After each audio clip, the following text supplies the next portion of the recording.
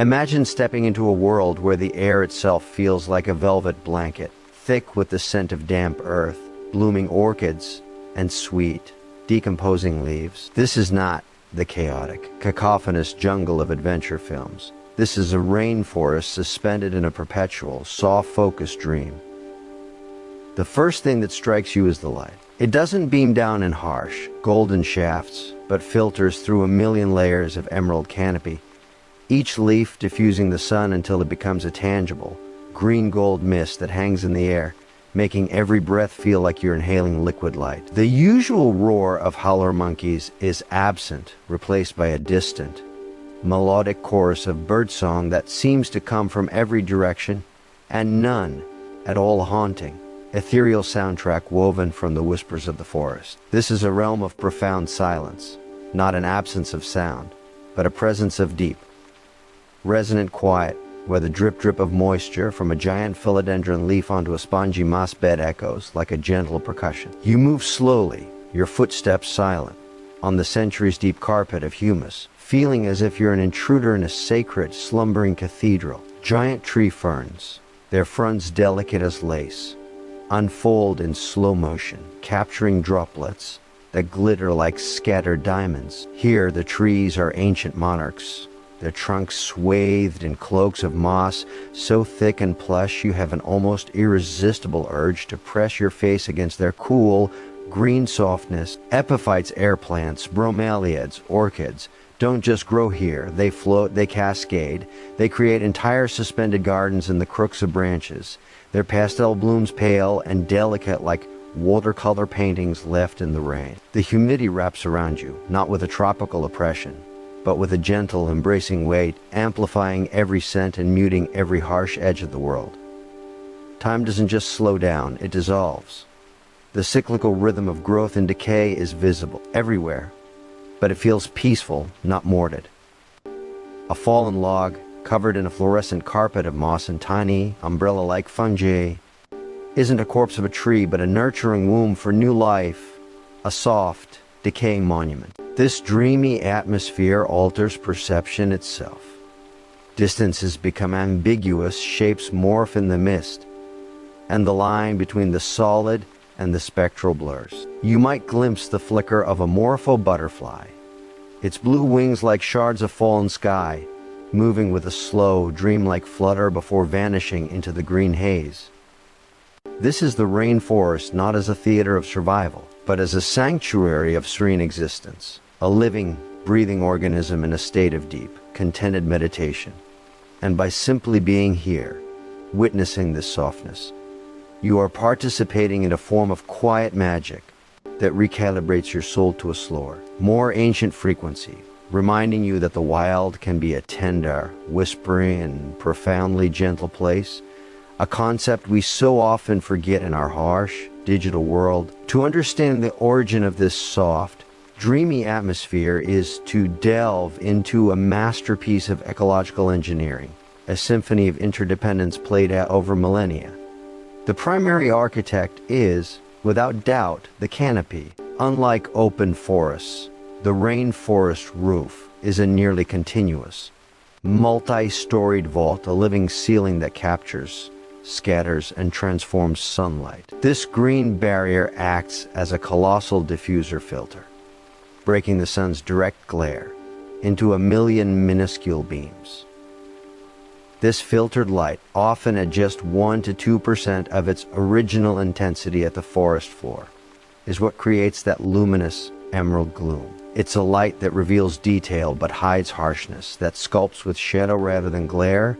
This light quality is then magnified by the rainforest's own breath, the transpiration. Every single leaf, from the towering emergent to the tiny understory shrub, is releasing water vapor into the air. This collective exhalation of billions of leaves saturates the atmosphere, creating a permanent, suspended moisture. These aren't the droplets of fog, but water molecules hanging in the air, catching and bending that already diffuse light, creating the visible, shimmering haze that gives the forest its soft, focused quality. This humidity is the lifeblood of the dreamscape, It allows mosses and bryophytes to thrive not as occasional patches, but as vast, felted blankets. These non-vascular plants are the forest upholsterers, absorbing water directly from the air and coating every surface: roots, rocks, logs, even the very bark of trees in a layer of incredible softness and sound-dampening texture. They are the reason the forest feels hushed. Then come the epiphytes, the aerial artists. Plants like orchids, bromeliads, and ferns have abandoned the soil entirely, evolving to live on the branches high above. Their roots are anchors, not feeders. They gather nutrients from wind-blown dust and decaying matter that collects in their own leafy basins. This adaptation creates the staggering visual effect of gardens in the sky. Their forms are often graceful, cascading, and delicate, contributing to the sense of ethereal beauty rather than brutish struggle. The constant warm humidity also dictates the pace of life. Decomposition by fungi and bacteria is rapid, but it's a silent chemical process. There is no strong odor of rot, just the sweet, peaty smell of humus. This rapid recycling means the ground is never truly bare. It's a springy, resilient mattress of organic matter that silently swallows sound. Even the animal life in such a zone adapts to this quiet world. Birdsong tends to be more melodic and fluting, designed to carry through dense foliage without the need for harsh screeches. Insects like cicadas may provide a background hum, but it's a resonant drone that enhances the sense of stillness, like the om of the forest.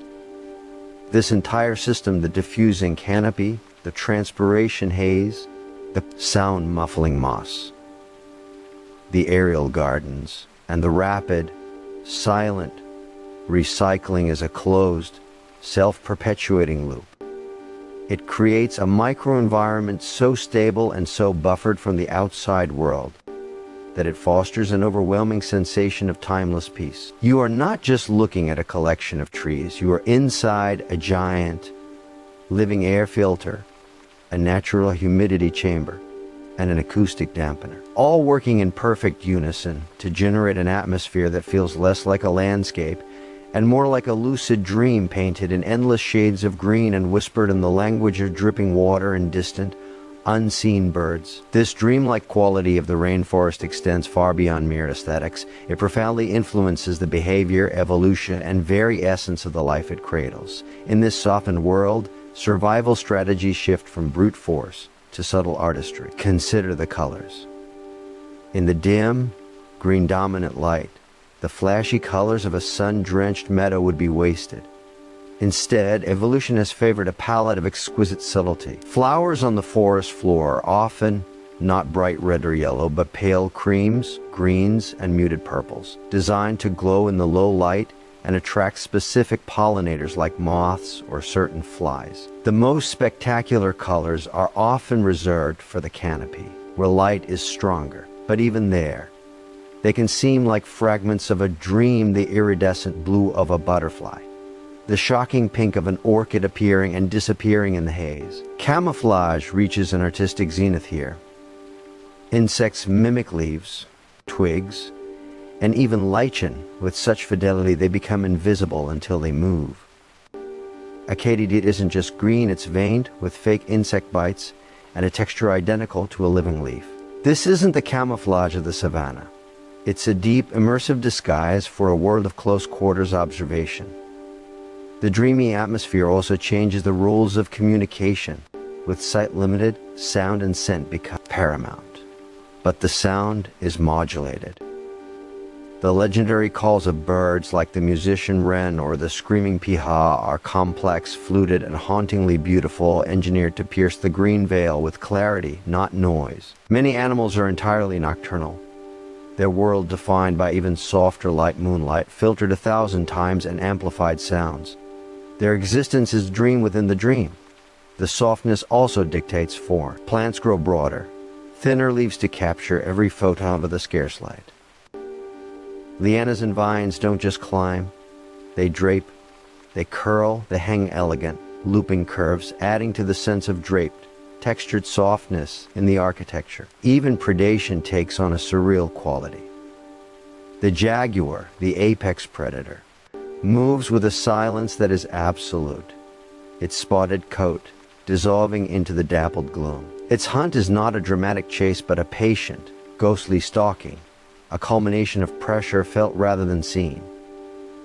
Fungal networks, the true nervous system of the forest, operate entirely in this realm of the unseen and the felt. The mycorrhizal web connects trees in a wood wide web, allowing them to share nutrients and send chemical warnings through the soft, damp soil, a silent, subconscious conversation happening beneath your feet. In this atmosphere, life embraces slow, efficient growth. Trees may take centuries to reach maturity, growing slowly but steadily in the constant, nurturing humidity. There is no frantic rush. The dreamy forest rewards patience, symbiosis, and subtlety. An orchid may take a year to produce a single, perfect flower. A bromeliad may hold a tablespoon of water for months, creating a miniature ecosystem for a frog or an insect larva. This pace of life invites a profound philosophical shift in the observer.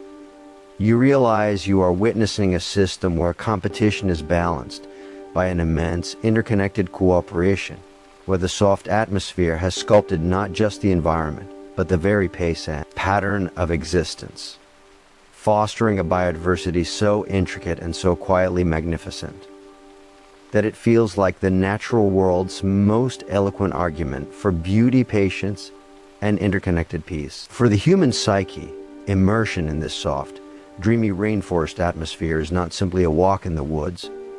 It is a profound sensory and psychological therapy, a recalibration of our modern, overstimulated nervous systems. The moment you step inside, the assault of the 21st century, the ping of notifications, the glare of screens, the relentless noise of traffic and machinery is physically swallowed by the green silence. This is the phenomenon of soft fascination, a psychological state identified by attention restoration theory. Unlike the hard fascination of a thrilling movie or a busy cityscape that grabs your focus intensely but leaves you drained, the gentle, shifting patterns of light through leaves, the slow drift of mist, the complex but soothing soundscape hold your attention effortlessly. This allows your brain's directed attention circuits, fatigued by constant decision-making and problem-solving, to finally rest and replenish. The visual field is vast but unified, a seamless tapestry of green textures without sharp edges or jarring contrasts. This reduces cognitive load dramatically. The air you breathe is another agent of healing. Beyond the humidity, it's rich in phytoncides, natural antimicrobial volatile organic compounds released by plants, especially trees. Scientific studies have shown that inhaling phytoncides boosts our number and activity of natural killer cells, a type of white blood cell that fights tumors and viral infections. It lowers cortisol levels, the stress hormone, and reduces blood pressure and heart rate. Essentially, you are breathing in an invisible, health-boosting mist. The soundscape acts as a natural form of acoustic medicine. The consistent, low decibel backdrop of rustling leaves, dripping water, and distant birdsong termed biophonic, masks erratic, stressful noises, and has been proven to lower stress, improve cognitive function, and even alleviate pain. It's nature's original white noise machine, but infinitely more complex and soothing. Then there is the grounding effect, literally. The soft, yielding forest floor underfoot, the act of touching the cool, moss-covered bark of an old tree, stimulates our tactile sense in a primal, comforting way, countering our daily reality of flat, hard, synthetic surfaces. This multisensory bath, the soft light, the humid, scented air, the gentle sounds, the tactile softness triggers a shift from our dominant sympathetic nervous system, fight or flight, to the parasympathetic, rest and digest. It's a biological invitation to deep peace. Furthermore, the dreamy, timeless atmosphere encourages a state of mindfulness without effort. You are naturally drawn into the present moment, observing a dewdrop, clinging to a spiderweb, tracing the fractal pattern of a fern, following the languid flight of a butterfly. This state combats the anxiety of past regrets and future worries. In this softened world, your perception of scale changes.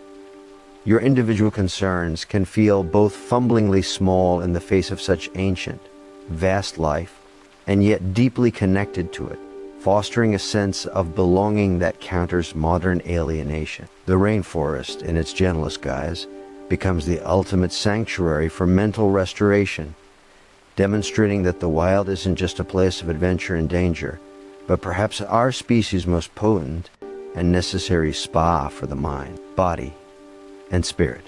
A silent prescription for wellness written in moss, mist, and murmured birdsong. Yet, this entire world of soft focus light, whispered sounds, and embroidered silence is hanging by the most fragile of threads. The dream is under siege, and the very qualities that make it so magical are what make it devastatingly vulnerable to human actions. The primary threat is unequivocally deforestation, clear-cutting for agriculture, cattle ranching, and logging. When the canopy is shattered, the entire dream machine breaks down. The diffusing filter is ripped away, allowing harsh, direct sunlight to scorch the forest floor. The delicate understory plants, adapted to millennia of soft light, simply bake and die. The humidity plume collapses. Without the constant transpiration from millions of leaves, the local climate dries out. The mosses desiccate, turning from emerald velvet to brown crisps. The epiphyte gardens, dependent on constant moisture from the air, wither and fall. The sound-muffling carpet of humus dries and cracks. The symphony of specialized birds and insects vanishes, replaced by a smaller cohort of generalist, often invasive species. The cleared land becomes exactly what the rainforest is not: a hard, bright, noisy, and simplified landscape. But even beyond outright clearing, the dream is fraying at the edges. Climate change, driven by global emissions, is altering the precise temperature and rainfall patterns this system depends on. Increased droughts stress the giant trees, making them susceptible to disease and fire, a terrifying anomaly in a rainforest. Fragmentation, where large forests are cut into small islands, creates edge effects. Wind penetrates these edges, drying out the interior, toppling trees not adapted to strong winds, and changing the microclimate for hundreds of meters inward, slowly eroding the core dreamlike conditions. Pollution, even from distant sources, can alter soil chemistry and rain acidity, slowly poisoning the intricate web of life. The tragedy is that we are losing the soft world just as science is beginning to fully understand its immense value, not just as a carbon sink or a biodiversity reservoir, but as an irreplaceable source of psychological solace, scientific inspiration, and spiritual wonder. Its loss is a loss to the human soul as much as to the planet's biosphere. Each hectare cleared isn't just a loss of trees, it's the silencing of a unique acoustic realm, the dissolution of a light-filtering masterpiece, the erasure of a million subtle, co-evolved relationships. It's the burning of a library of soft, ancient knowledge we have only just begun to read. Protecting these dreamscapes requires a shift in our perception of what a rainforest is. It's not just the lungs of the earth or a collection of timber. It is a living museum of gentle existence, a masterclass in atmospheric creation, a sanctuary of silence in an increasingly deafening world. Its preservation is a testament to whether we value beauty, subtlety, and tranquility as much as we value extraction, production, and short-term gain. The soft, dreamy rainforest doesn't fight back with roars. It whispers its plea for existence. And in that whisper lies one of the most urgent and poignant calls to action we may ever hear. This dream exists, but it is fading. You have felt its texture through these words, imagined its quiet breath. Now I need you to become a guardian of that whisper. This isn't about grand, overwhelming gestures. Start by making this knowledge echo. Share this video with one person who needs to feel this sense of wonder. Let the algorithm know that content celebrating Earth's quiet, profound beauty matters. In your daily life, make choices that reduce your pressure on these frontiers. Question the source of your products, reduce consumption, support a circular economy. Most directly, Find and support organizations that don't just fight deforestation, but specifically work to protect intact, primary rainforests, the ones where this dreamy atmosphere still lives. Donate if you can, even a small amount. Follow them, amplify their voices. Become a subscriber not just to this channel, but to a mindset of reverence for Earth's subtle masterpieces. When you step outside today, wherever you are, look for that softness in a city park, a garden, a single tree. Protect that feeling, cultivate it. Because the battle for the rainforest will be won not only in remote frontiers, but in the hearts and habits of millions who decide that a world with soft, dreamy forests is a world worth keeping fiercely, tenderly alive. Hit subscribe for more journeys into the planet's hidden heart. Share this dream, and let's prove, together, that we are a species that can listen to a whisper and respond with a roar of protection.